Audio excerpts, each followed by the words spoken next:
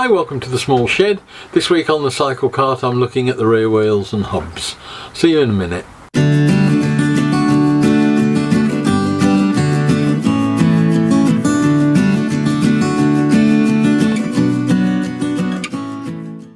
Okay, so a few weeks ago I dealt with the front wheels and putting bearings into them and getting them all set up so that they can be adapted to fit the Cyclekart. I didn't do the rear wheels at the time because they're a bit more complex in terms of needing bits made, and I've been waiting for those bits to arrive, and that has just happened. So it's time to get back onto the rear end of the thing and get wheels and hubs at the back sorted, put together, and get it all ready to assemble the final thing. Right, it's time now for what is probably the last big unboxing. I think it's the last delivery of bits from Cyclekarts, I think. So we'll see what we've got. This should be stuff that pretty much resolves the back end, I think.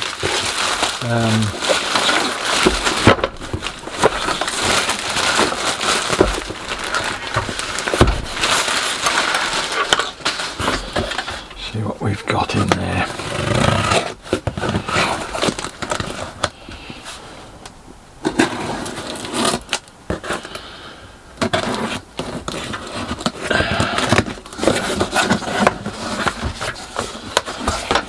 So what have we ordered? We've ordered a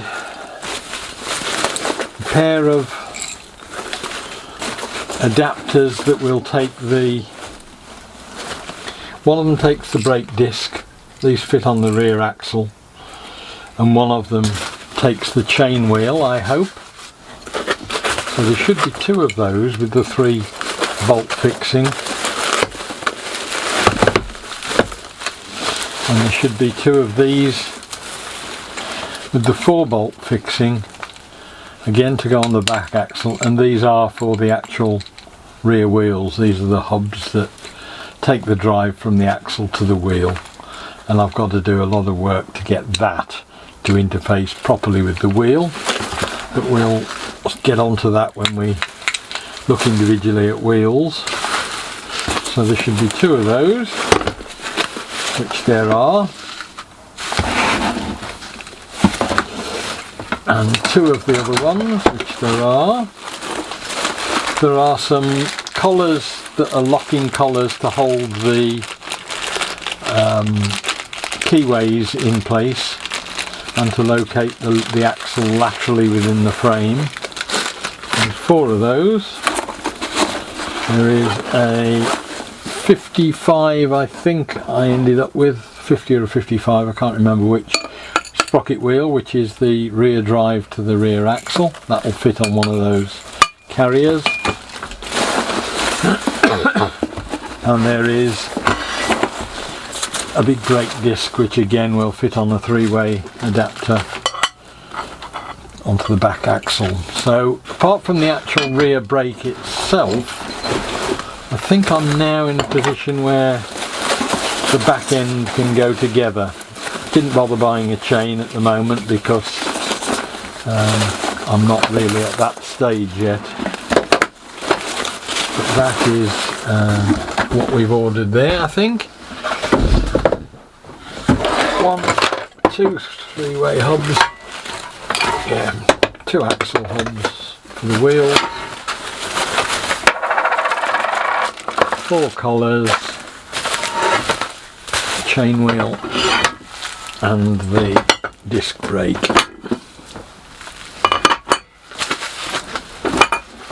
Okay, for the rear wheels, it's pretty much the same process to start with as the front wheels, but it gets a bit more complicated. Firstly, I've got to get rid of the bearing, or the bearings, pair of them, and to do that it's just a matter of getting the spacer shifted over and then getting the punch in to knock them out. Try it the other way up first and see if I can get in there.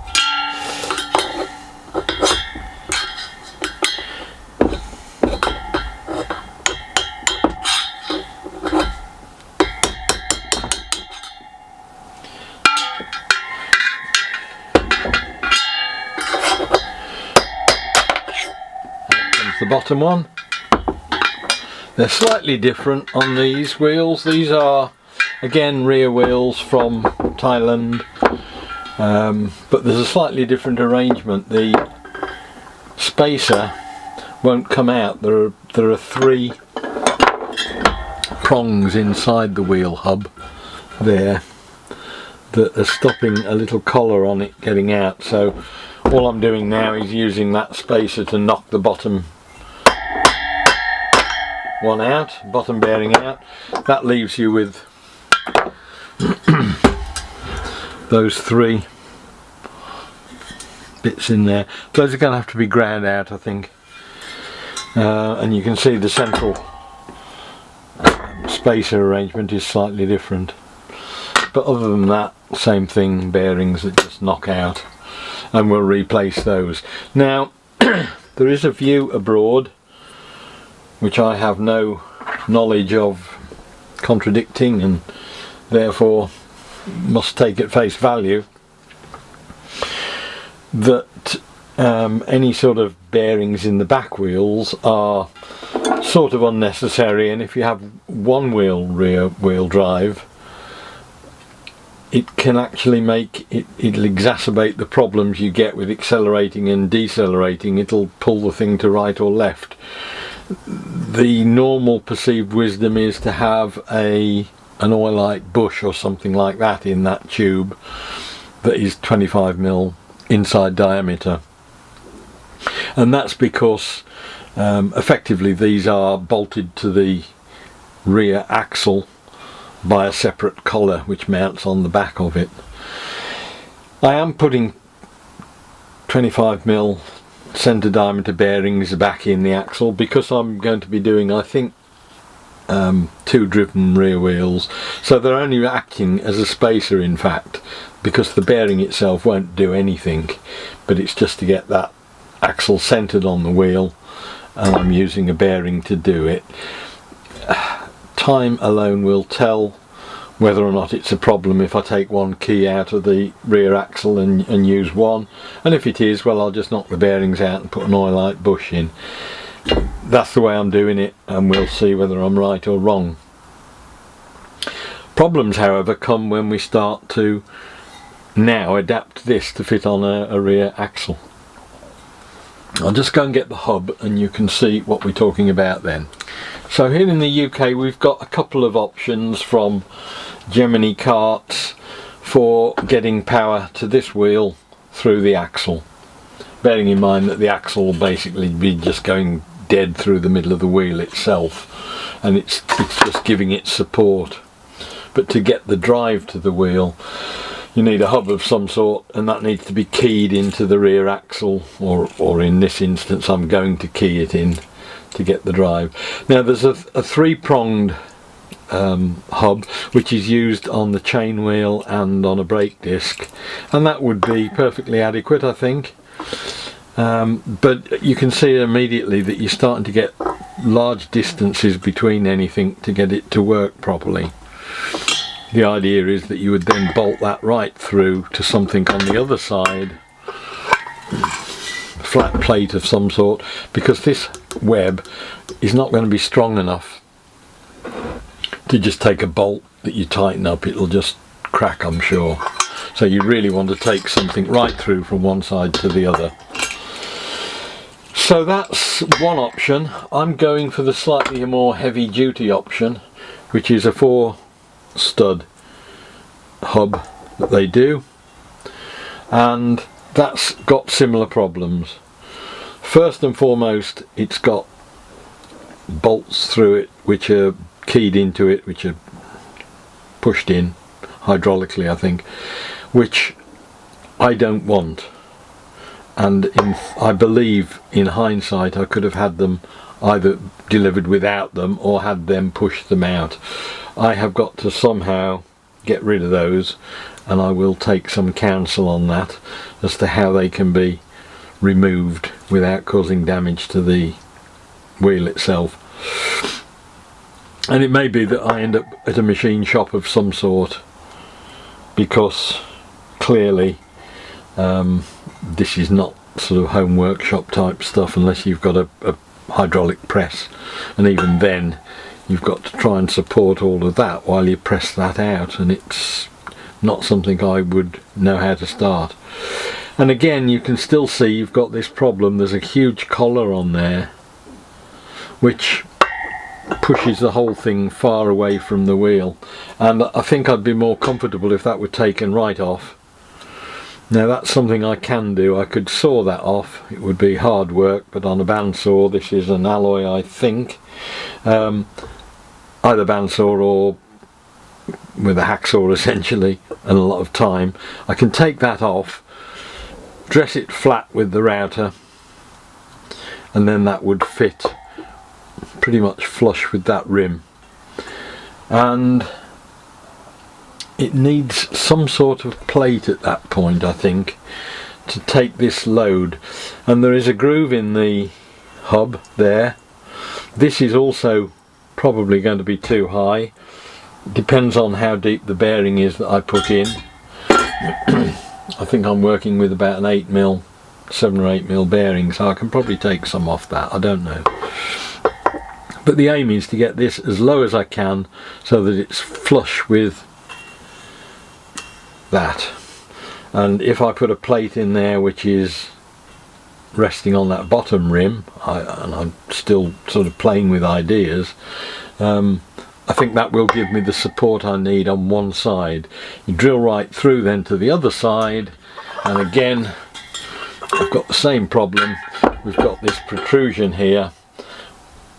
Essentially it could do with a flat plate that mounts inside the diameter of that rim and rests on those strengthening lugs there. If I can do that, I can then get bolts that will go through and it will all go together nicely.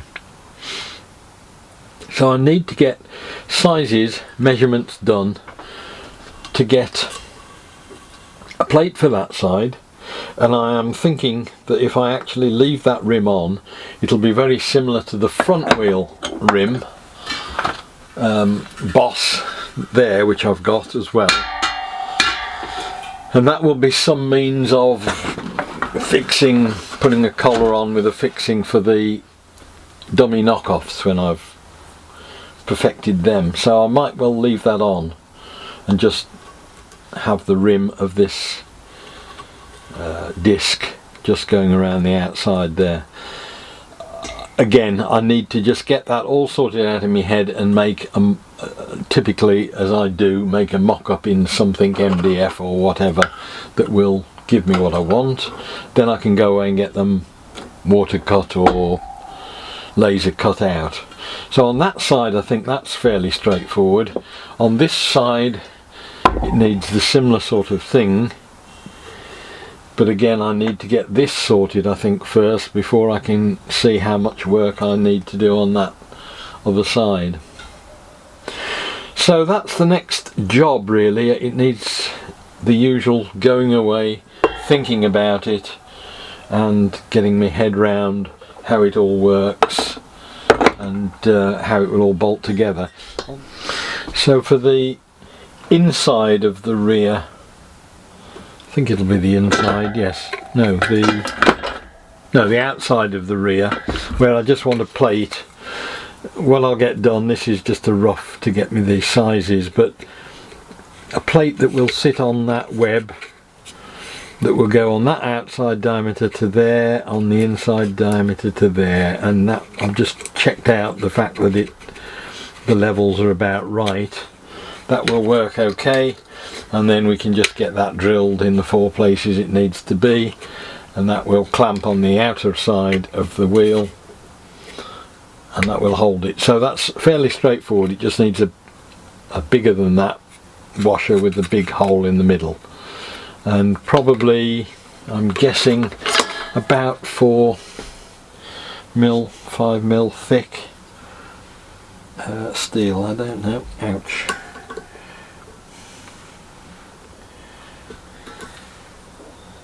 That's 5mm from the top of that side piece, so 4 or 5mm steel should be strong enough. Just get that flame or water cut. Right, now I've been worried about the Gemini hubs and how to get these studs out, because I thought they might be screwed in, and the general consensus was that they are a push fit, but I tried to get them out and didn't succeed very well. Spoke to a few of the folks on the Cyclekart UK forum, and they've all basically said the same thing: be brave and hit it with a hammer. And that's what I'm doing now, and that gets them out fairly straightforwardly. It just needs a really good smack and they come out like that. So they do come out, it just needs to take that leap of faith. And what that means is now I can put the longer bolts all the way through, right through the wheel to a plate on the other side.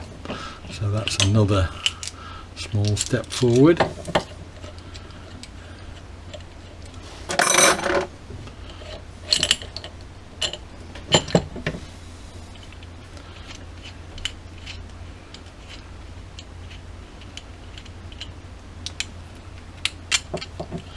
Done.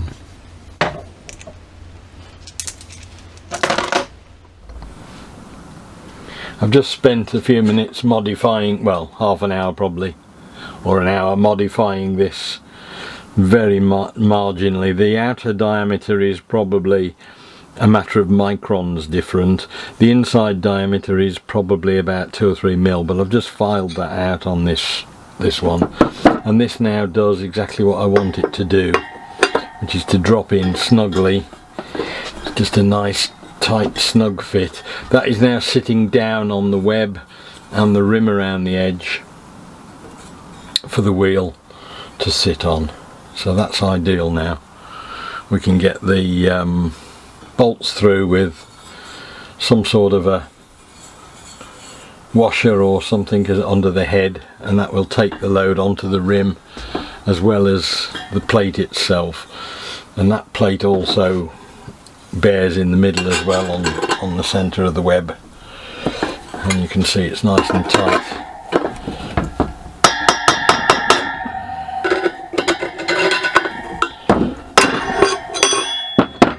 So we've got no great problems with that.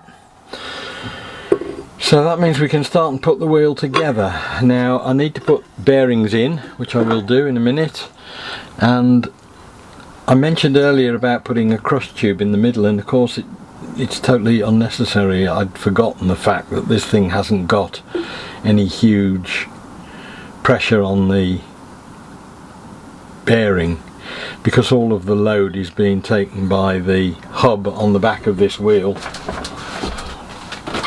which is clamped onto the axle. And although there is a certain amount, there's a circlip on the end of the axle that will bear against the end of the bearing, really all the load will be taken by these bolts that tighten up on the inner face.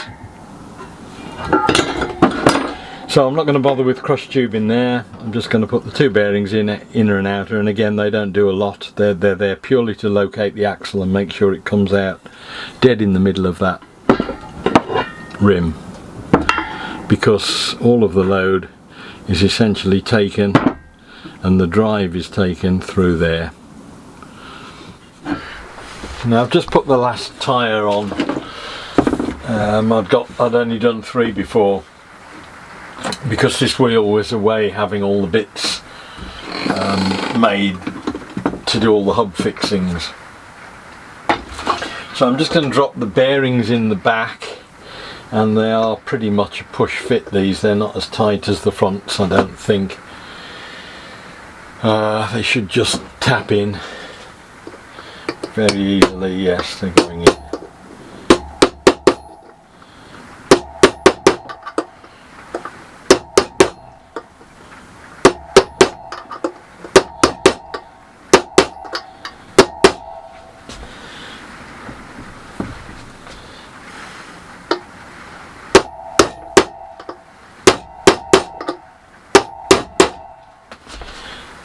Seated them down.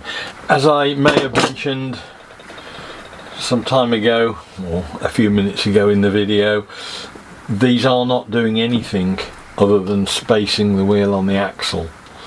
because what is going to happen is that hopefully the axle and the wheel are both clamped together and going around at the same speed, so these serve no purpose other than to space. So I've now got the back end ready to go really. I need to drill some holes in the wheel to take the fixings, and I just need to do a little bit of research as to whereabouts those need to go, whether there's any specific point. I had it in my head that I wanted to drill the holes like that, close up against the web, so that when you get force from the axle it will translate through the drive bush, the hub, through the studs, and it'll drive the wheel that way. But the problem with that is I can get away with it on one side for the wheel, but I really don't want to be drilling a hole. They've got to come fairly far outboard, and it means that if I drilled it there it would make a very big hole and weaken the whole area there, so I may actually end up doing them dead centre, and then that way they're interchangeable. I'll need to again consult with the wisdom of the other Cyclekarters first.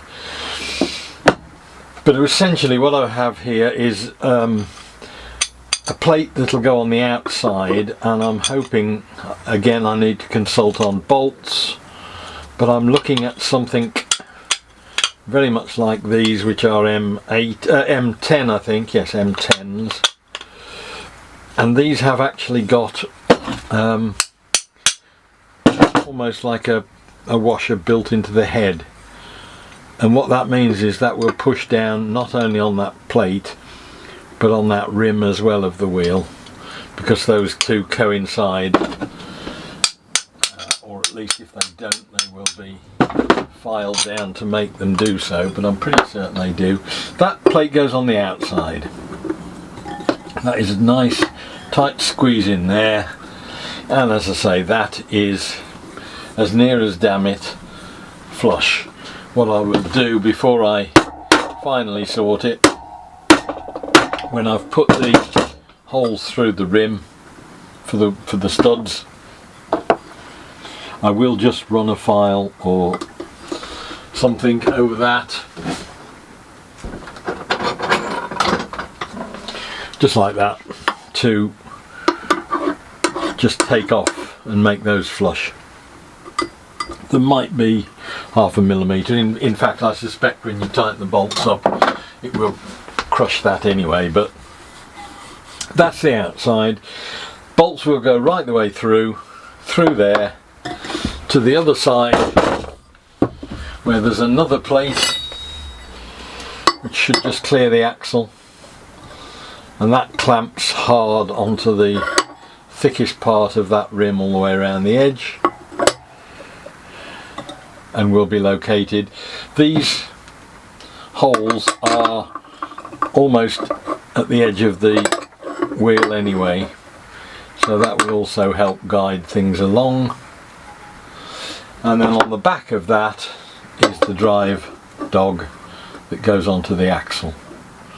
So that's the arrangement, and I need to, as I say, just get that bolt position and size and type of bolt sorted, but I'm pretty much happy that I've got that done now as another assembly, if you like, ready to put on the cart. There is one other slight change that may take place later on, and that's purely cosmetic, and that is that the Austin 7 racers have a drum brake arrangement that can be seen through the spokes. It's smaller on the back than the front, but it is still apparent on the front, and it runs round something like 300mm. I need to get some measurements, 280 to 300mm diameter.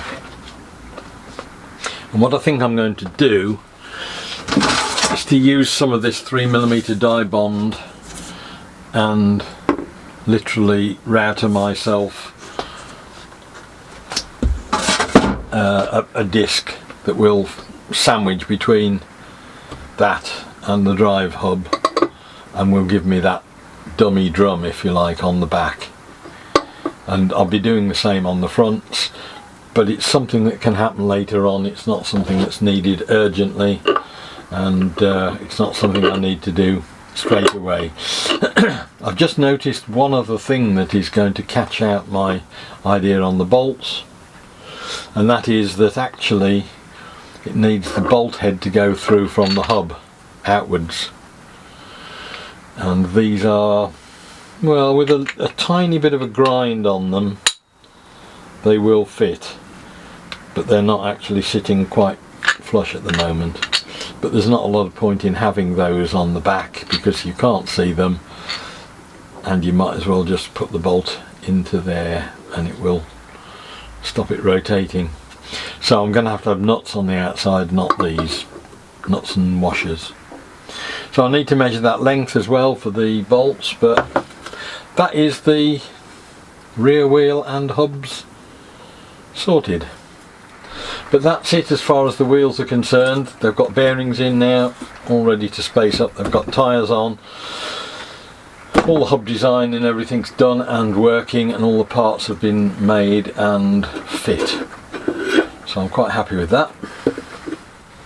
Okay, so I think that's another sub-assembly more or less complete, if you like.